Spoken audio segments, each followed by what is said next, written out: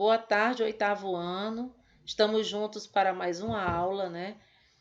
Com o nosso componente curricular aqui de ciências, tá certo? A nossa aula de hoje, turma, é referente, né, ao dia 10 de agosto. E o objetivo, né, aqui, certo, do nosso estudo de hoje é de conhecer e compreender a importância das glândulas, ok? Então, eu apresento para vocês aqui, para início de conversa, né? E aborda o nosso sistema endócrino, né? A existência das glândulas endócrinas, exócrinas e glândulas mistas. Levando em consideração, né, primeiro passo, que as glândulas elas são estruturas formadas por tecido epitelial do tipo glandular e que são especializadas na síntese, mas não só na síntese, né? Também na liberação, no caso aí, de substâncias. Então, as glândulas, elas podem ser unicelulares, quando são formadas apenas por uma única célula secretora, ou pluricelulares, né, multicelulares, quando são formadas por mais de uma célula. Então, como exemplo, nós temos aí de glândula unicelular, eu posso citar para vocês, certo? A glândula caliciforme, no caso, né?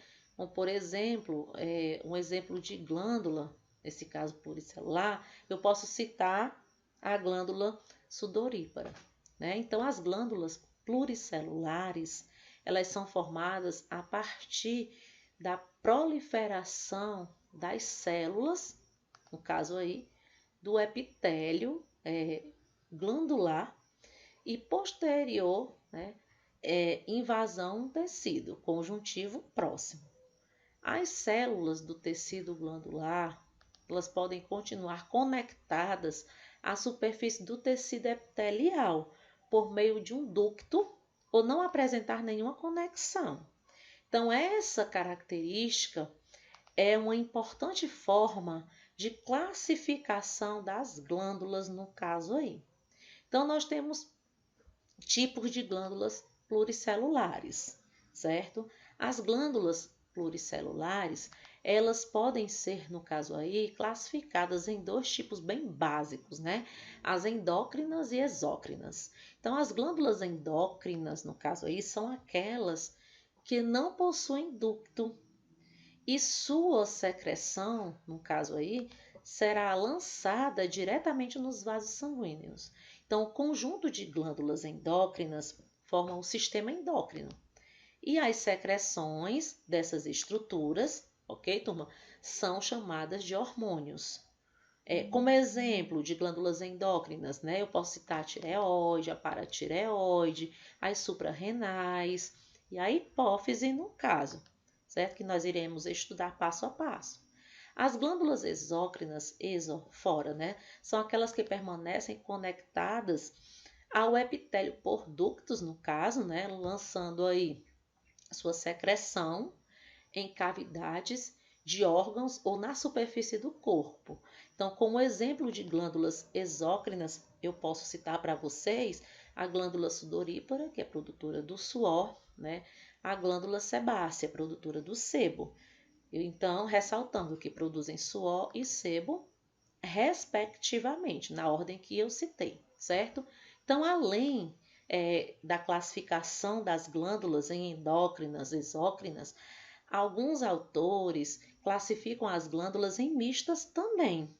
Então, assim, as glândulas mistas, no caso, são aquelas que possuem, né, uma porção endócrina e uma porção exócrina. Como exemplo desse tipo de glândula mista, eu posso citar o pâncreas, né, que libera suco pancreático no intestino delgado e os hormônios, insulina e glucagon na corrente sanguínea. Então, levando em consideração a hipófise, é uma glândula do tamanho, certo, de uma ervilha, né, que está alojada no interior de uma estrutura óssea, certo, localizada na base do cérebro. Então, a célula turca protege a hipófise mas deixam um espaço bem pequeno, no caso aqui, ó, certo? Como podemos observar na imagem, né, para a expansão.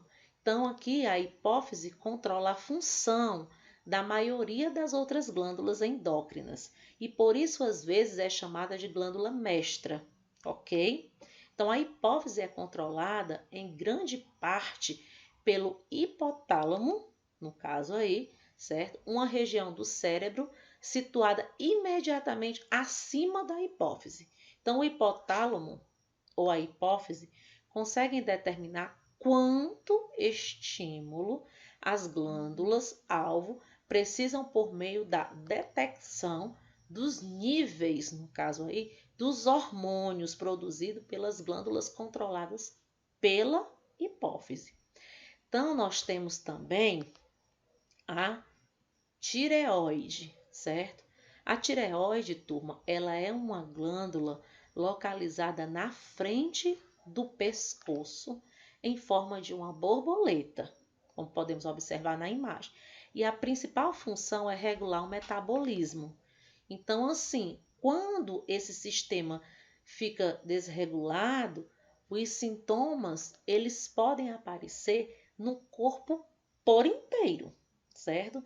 As mulheres têm 5 a 8 vezes mais chance de apresentar transtornos da tireoide do que os homens.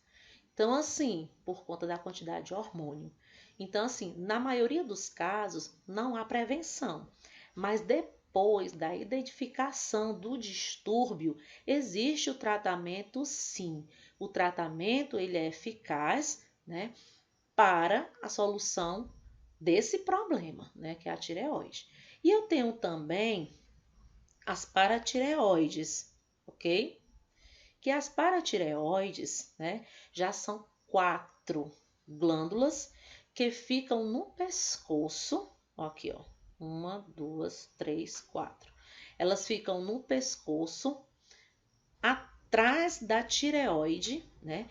E a função das paratireoides é de controlar os níveis de cálcio no sangue por meio da produção do hormônio, né, paratireoidiano, certo? Ou paratormônio, né, como é conhecido também em outros livros, ok?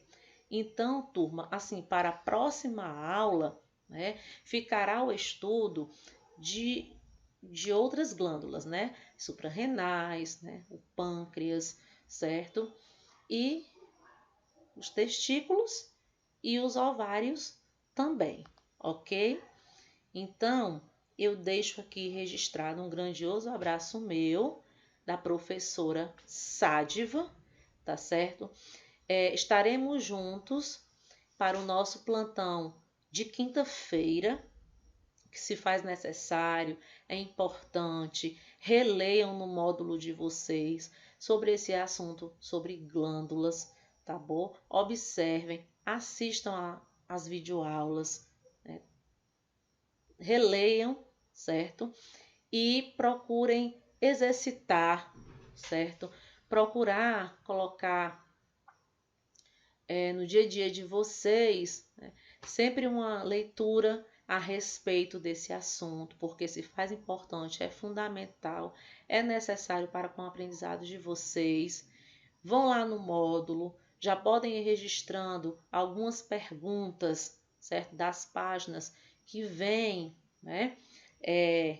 Pedindo para você responder de acordo com a pesquisa no próprio módulo sobre as glândulas, tá certo?